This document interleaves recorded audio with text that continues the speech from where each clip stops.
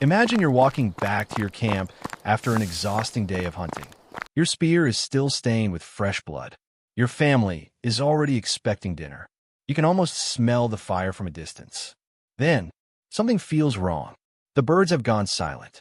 The smoke is thinner than it should be. You begin walking faster. A few more steps. Your camp is gone. The shelters are smashed. Spears lie scattered across the ground. Footprints cover the dirt, dozens of them. Not animal tracks. Human tracks. Someone didn't steal your food. They attacked your people. Welcome to Honestly Explained, where we take the stories buried inside history and follow them somewhere uncomfortable. Today's story has been buried for 13,000 years, and it's closer to home than most people expect. Now here's the strange part. This didn't happen thousands of years after civilization began. It happened long before cities, long before kings, long before written history. In fact, some of the oldest evidence of organized group conflict is over 13,000 years old. So, did ancient humans really have gang wars? Well, not gangs in a modern sense. No leather jackets. No secret handshakes. Definitely no graffiti saying, "This cave belongs to us." But they did have something surprisingly similar. Small hunting bands, large family clans, neighboring tribes. And when survival depended on land, water, animals, and reputation, those groups sometimes fought with a level of violence that would feel disturbingly familiar today. The question is why? Because if food was already difficult to find, why risk losing even more people in a fight? To answer that, we have to forget almost everything Hollywood taught us about prehistoric life. Hunter-gatherers usually lived in small groups of around 20 to 50 people. Everyone knew everyone. Children grew up together. Adults hunted together. Your tribe wasn't just where you lived. It was your entire world. Lose your tribe, and your chances of surviving alone drop dramatically. That's why another tribe wasn't just another group of strangers. They could become competitors. Imagine two groups arriving at the same river during a dry season. Both need water. Both know the fish are disappearing. Both have hungry children waiting back at camp. Neither group wants to leave. Now imagine this happens again, and again, and again. Eventually, someone throws the first spear. Modern scientists call these resource conflicts. Ancient humans probably called them survival. Archaeologists have uncovered evidence suggesting that some prehistoric communities didn't simply experience isolated fights.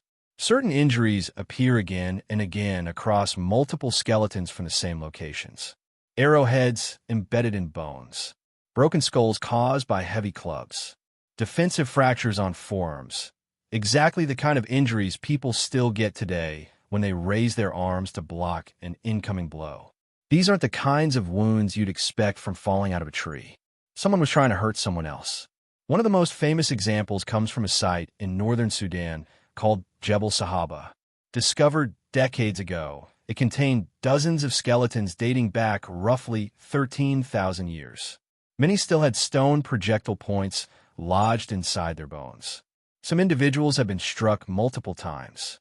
Even more surprising, researchers later found evidence suggesting this wasn't one giant battle.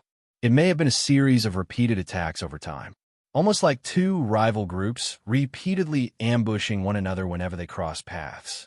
Sound familiar? Maybe human conflict has deeper roots than we'd like to admit. But before we start blaming prehistoric humans for inventing violence, we should probably ask another question. Would you have done anything differently? Imagine your family hasn't eaten properly for days. The nearest herd has disappeared. Winter is coming. Then your scout returns with news. Another tribe has settled beside the only reliable water source for miles. What do? Walk away and hope your children survive? Or fight for the place that might keep them alive? I genuinely want to know your answer. Drop in the comments, because I think this one splits people completely. Suddenly, history doesn't feel so simple anymore. Ancient tribes didn't have supermarkets. They couldn't order supplies. There were no emergency food deliveries. One failed hunting season could threaten everyone's survival. Even something as simple as losing access to a river could become catastrophic. That's why territory wasn't just about owning land. It was about owning life. Anthropologists have found that while many hunter-gatherer groups are remarkably cooperative, conflicts still emerge over valuable resources, personal disputes, or acts of revenge. Not because people enjoyed fighting, but because humans are emotional creatures. Always have been. And revenge, well, revenge is surprisingly ancient. Imagine someone from another tribe kills your brother during confrontation. Years pass. You don't forget. Your children don't forget either. Eventually, another opportunity appears. One attack becomes another, then another. Before long, nobody remembers who threw the first spear. They only remember that the other side can't be trusted. If that sounds strangely modern, that's because human psychology hasn't changed nearly as much as our technology has. Not every tribe solved conflict by fighting. Some avoided each other entirely. Others created temporary alliances.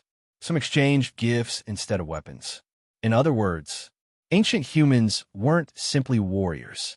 They were negotiators, strategists, parents trying to protect their children, which raises an even bigger mystery. If tribes sometimes fought, how did they actually fight? Did they charge straight into battle? Did they set ambushes? Did they attack while their enemies slept? Because the answer is stranger than you probably think. So, how do you actually fight a war when your entire tribe is smaller than a modern classroom? You don't line up in neat rows. You don't beat drums. And you definitely don't shout, "Charge!" That kind of warfare belongs to much later civilizations. Ancient human conflict was usually quieter. Much quieter. Imagine waking up before sunrise. The fire from your camp has almost gone out. Most of your family is still asleep. Then, a stone suddenly crashes into someone's shelter. Before anyone can react, spears start flying. The attackers aren't looking for a glorious battle. They're looking for confusion. That's because prehistoric humans understood something every successful hunter already knew. The easiest target is the one that never sees you coming. Don't attack strength. Attack surprise. Humans simply became frighteningly good at it. Long before history books existed, our ancestors had already mastered camouflage, tracking, patience, and silent movement. Those were exactly the same skills they used to hunt animals. Unfortunately, humans eventually realized those skills worked just as well against other humans. Which sounds disturbing, because it is. One fascinating clue comes from the archaeological record itself. Many prehistoric skeletons don't show injuries on the front of the body. Some wounds appear on the sides, or even the back. Injuries like these suggest something interesting. Some victims may never have been facing their attackers at all. Were they running away? Were they ambushed? Were they caught completely by surprise? We don't know, but it certainly doesn't look like two groups politely agreeing to meet in an open field. Ancient humans didn't need huge armies to create enormous fear. Imagine your tribe has only 30 people. If you lose just 5 experienced hunters, that's not losing 5 soldiers.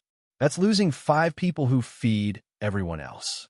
Suddenly, children eat less. Pregnant women become weaker. The elderly lose protection. One small fight could threaten the survival of an entire community. That's why prehistoric violence wasn't measured by how many people died. It was measured by who couldn't be replaced. The most dangerous person in an ancient tribe wasn't always the strongest. It was often the one who knew exactly where you slept. Everyone drinks from rivers. Everyone follows animal trails. Everyone returns to camp eventually. If another group spent just a few days watching you, they could learn your routine surprisingly quickly. Humans are creatures of habit. We've always been. Honestly, 10,000 years later, nothing has changed. You still sit in the same seat every time, which means predictable habits could become deadly weaknesses. And that's probably one reason ancient tribes moved so often. It's difficult to attack a camp that isn't there anymore. Pretty clever, even by modern standards. Now here's where things become almost unbelievable. One of the most important archaeological discoveries about prehistoric violence wasn't found inside a fortress, or a castle, or even a village. It was found beside an ancient lake in Kenya. The site is called Naderich, and it dates back roughly 10,000 years. Researchers uncovered the remains of men, women, and even children. Several skeletons showed devastating injuries: crushed skulls, broken knees, stone points embedded in bones. Some individuals appear to have died with their hands positioned in ways that suggest they may have been restrained. It's one of the clearest pieces of evidence that prehistoric humans sometimes carried out deadly attacks against entire groups. Not every archaeologist agrees on exactly what happened there, but almost everyone agrees on one thing. This wasn't an accident. Someone intentionally hurt these people. And that raises an uncomfortable question. If humans were capable of incredible cooperation, why were they also capable of incredible violence? Oddly enough, the answer may be the same. Because humans care deeply about their own group. Your tribe protected you, shared food with you, raised your children. Without them, you probably wouldn't live very long.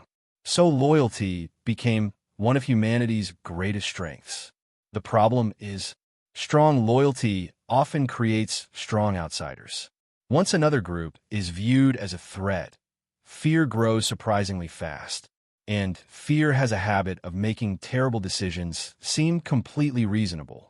Two neighboring tribes have lived near each other for years. Sometimes they trade. Sometimes they avoid each other. Then, one hunting trip goes wrong. One person dies. Nobody knows who threw the first spear, but everyone remembers who didn't come home. That single moment could shape relationships for generations. But here's the twist. For all the evidence of prehistoric violence, there's even more evidence that humans usually chose cooperation instead. Because fighting is expensive, very expensive. A wounded hunter can't hunt. A grieving parent can't focus. A smaller tribe becomes an easier target. Winning a battle could actually make you weaker. Which means ancient humans faced the same difficult question nations still face today. When is a fight actually worth it? And surprisingly often, the smartest answer was, don't fight at all. Here's the strange thing. If you asked most people what ancient humans fought over, they'd probably answer food. And they'd be partly right. But only partly. Because once archaeologists and anthropologists started comparing hundreds of hunter-gatherer societies, a much more complicated picture began to appear. Food mattered. Water mattered. Good hunting land mattered. But so did something much less tangible. Reputation. Imagine another tribe raids your camp. They don't take much. Maybe a few animal skins. A handful of dried meat. On paper, it's a small loss. But if you do nothing, everyone nearby learns something dangerous. Your tribe doesn't fight back. That makes you look weak. And weakness can invite more attacks. So sometimes revenge wasn't only about anger. It was about sending a message. We're not easy targets. It's amazing how modern that sounds. One of the biggest advantages any ancient tribe could have wasn't stronger warriors. It was stronger friendships. If your tribe had only 30 people. But what if your tribe had friends? Now, suddenly 60 or 90 people might answer your call. Alliances between neighboring groups were incredibly valuable. Sometimes they traded food. Sometimes they exchanged knowledge. Sometimes they even married into one another. Not simply because it was romantic, but because relatives are much less likely to attack each other. Marriage wasn't just about starting a family. Sometimes it was also diplomacy, a remarkably effective peace treaty, with significantly better long-term benefits than most modern ones. Now imagine something else. You're sitting beside the fire one evening. Children are laughing. Someone is preparing meat. Everything feels normal. Then a scout suddenly appears from the darkness. Out of breath. He only says 3 words. They're coming back. Nobody asks who. Everyone already knows.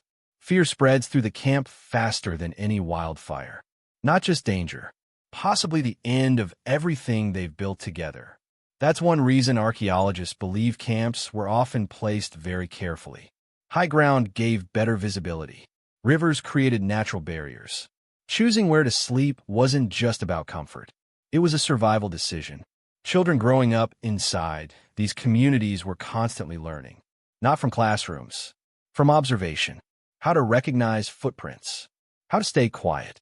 How to spot smoke far away. What sounds belonged in the forest and which ones didn't.